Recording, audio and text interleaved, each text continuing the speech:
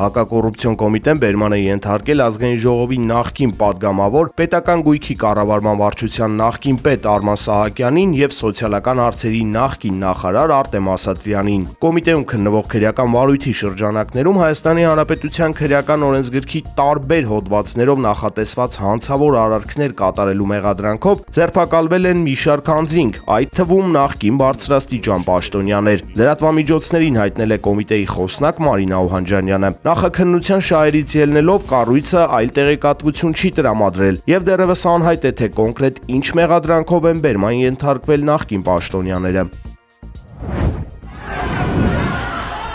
Սուրբ Աննա եկեղեցում Նիկոլ Փաշինյանի եւ 18-ամյա եղբայրների միջև տեղի ունեցած միջադեպի գործով քննիչներից եւս մեկը լքել է զբաղեցրած պաշտոնը։ Քննչական կոմիտեի նախագահ Արթուր Պողոսյանը նախորդին հրաման է ստորագրել Երևան քաղաքի կենտրոն եւ Նորքմարաշ քննչական 3-րդ բաժնի պետ Դավիթ Կիրակոսյանին աշխատանքից ազատելու հրամանը։ Նշվում է, որ ազատման հիմք է հանդիսացել իր իսկ գրավոր դիմումը։ Ավելի վաղ այս գործով պաշտոնից ազատվել է նաեւ Հայաստանի Հանրապետության քննչական կոմիտեի մեկ այլ քննիչ Հակոբ Կոխյանը։ Ներքին անվտանգության վարչությունը նրա նկատմամբ ծառայողական քննություն էր սկսել խուզարկության կարգի եւ վարքագծի կանոնների ենթադրյալ խախտումների հիմքով։ Հակոբ Կոխյանը հրավիրվել էր ներքին անվտանգության վարչություն բացատրություն տալու համար, որից հետո դիմում էր ներկայացրել զբաղեցրած պաշտոնից ազատվելու մասին։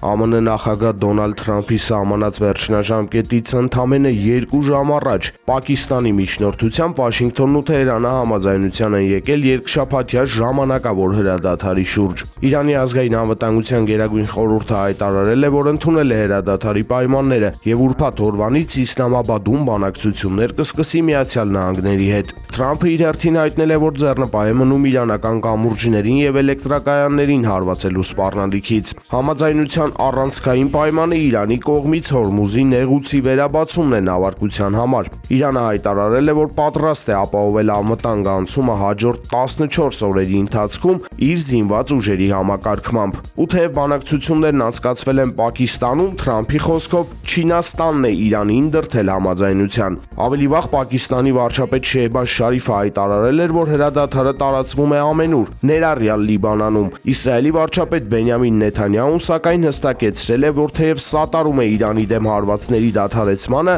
այն չի ներառում Լիբանանում Հեզբոլլահի դեմ մարտերը։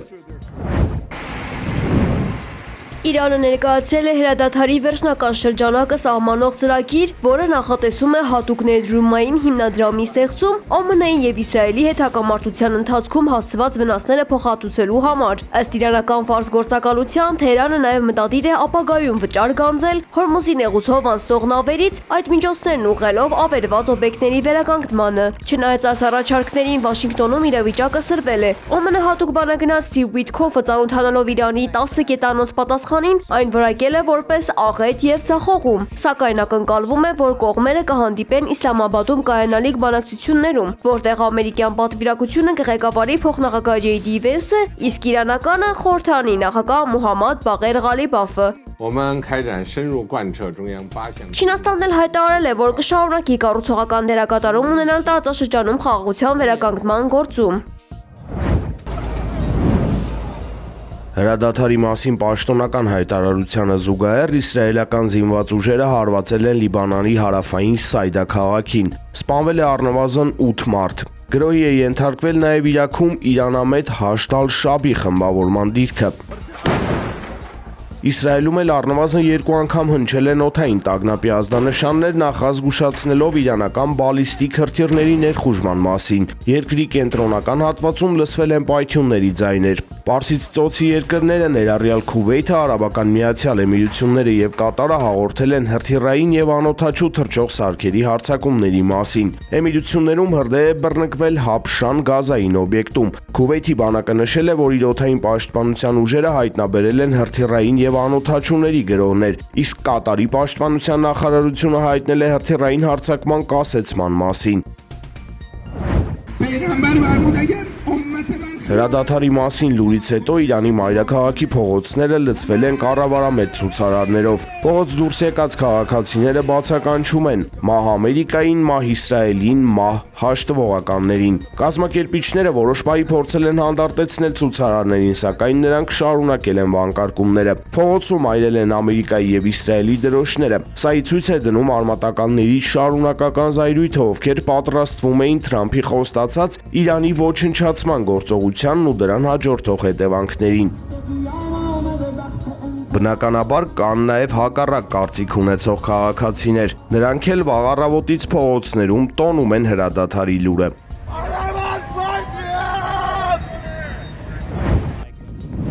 Ռուսական հետախուզության տվյալով Եվրամիությունն արդեն սկսել է գաղտնի ուսումնասիրել սեփական միջուկային զենքի արտադրության ներուժը զարգացնելու հնարավորությունը։ Ըստ աղբյուրի, միությունը ընտրել է վտանգավոր ուղի, որն ուղղված է դեպի արևելք նոր արշավի իրականացմանը։ Սա անխուսափելիորեն կխաթարի միջուկային զենքի չտարածման միջազգային համակարգը։ Նախատեսվում է պաշտոնապես ձևակերպել միջուկային զսպման համաեվրոպական սկզբունք, հիմնված ֆրանսիական եւ բրիտանական ռազմատեխնիկական ներուժի վրա։ Ընդ որում Եվրամիության նպատակն է ստեղծել միջուկային ուժերի լիովին ինքնավար հրամանատարություն։ Հայտնի է, որ գերմանացի մասնագետներն ի վիճակի են ընդամենը մեկ ամսվա ընթացքում գաղտնի ստանալ միջուկային սարքի համար բավարար քանակությամբ զենքի պլուտոնիում։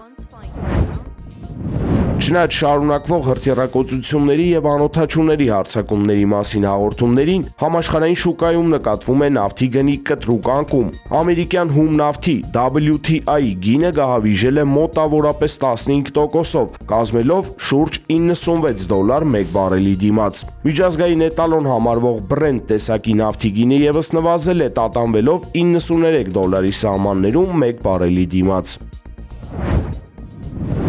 ՆԱՏՕ-ի ղեկավար Մարկ Ռյուտեն ԱՄՆ-ի եւ Իրանի միջև երկշաբաթյա հրադադարի համաձայնությունից ընդամենը մեկ օր անց Վաշինգտոնում բանակցություններ կվարի Դոնալդ Թրամփի հետ։ Ավելի վաղ ԱՄՆ նախագահն իր դժգոհություններ հայտնել արևմտյան գործընկերներից Իրանի դեմ իր պատերազմին սատարելուց հրաժարվելու համար։ Թե նախագահը, թե պետքարտուղարը ակնարկել էին կառույցից նահանգների դուրս գալու մտադրության մասին, ինչը ցնցել է 77-ամյա անդրատլանտյան դաշինքը։ Թրամփը ՆԱՏՕ-ի գործընկերների անվանել է վախկոտներ, իրենց տարածքներում գտնվող ռազմաբազաներին ԱՄՆ ուժերի հասանելիությունը սահմանափակելու եւ Հորմուզի նեղուցը բացելու ջանքերը գլխավորելուց հրաժարվելու համար։ ԱՄՆ փոխնախագահ J.D. Vance-ը Բուդապեշտում իր լիակատար աջակցությունն է հայտնել գործող վարչապետ Վիկտոր Օրբանին կիրակի կայանալիք ընտրություններից առաջ։ Նա կոչ է արել հունգարացիներին ընդդիմանալ Բրյուսելի բյուրոկրատներին եւ պաշտպանել երկրի ինքնիշխանությունը։ Vance-ը քննադատել է եվրոպական վերնախավի ձախակողմյան քաղաքականությունը, նշելով, որ այն ձախողվել է միգրացիայի հարցում եւ վտանգել էներգետիկ անվտանգությունը։ ԱՄՆ փոխնախագահը բարձր է գնահատել Օրբանին, նրան անվանելով խաղաղարար, ով պայքարում է ռուս-ուկրաինական հակամարտության լուծման համար։ Ըստ Վենսի, ընտրողները պետք է ընտրություն կատարեն Բրյուսելի թելադրանքի եւ ազգային ազատության միջև։ Միևնույն ժամանակ Հունգարիայի կառավարությունը մեղադրել է Բրյուսելին եւ Ուկրաինային ընտրություններին միջամտելու եւ ընդդիմությանը գաղտնի ֆինանսավորելու համար, ինչը ընդդիմությունը որակել է որպես զրպարտություն։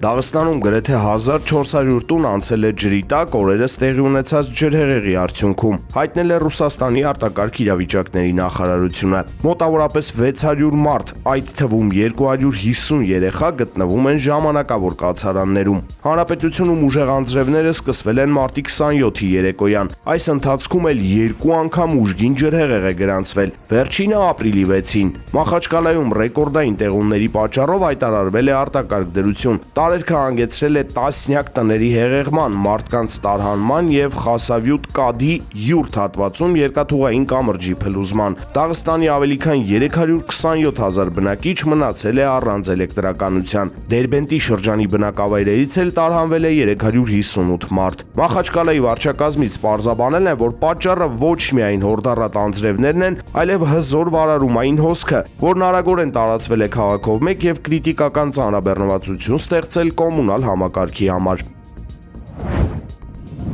Մոսկվայում տղամարդը սպառնալով աղյուսով դեղատնից գումար է հափշտակել։ Հարձակվողը ավելի համոզիչ լինելու համար մի քանի անգամ հարվածել է դրամարկղի ապակե միջնորդին, որից հետո վերցրել է գումարն ու դիմել փախուստի։ Դեպքից ժամեր անց ոստիկանները ձերբակալել են կասկածյալին։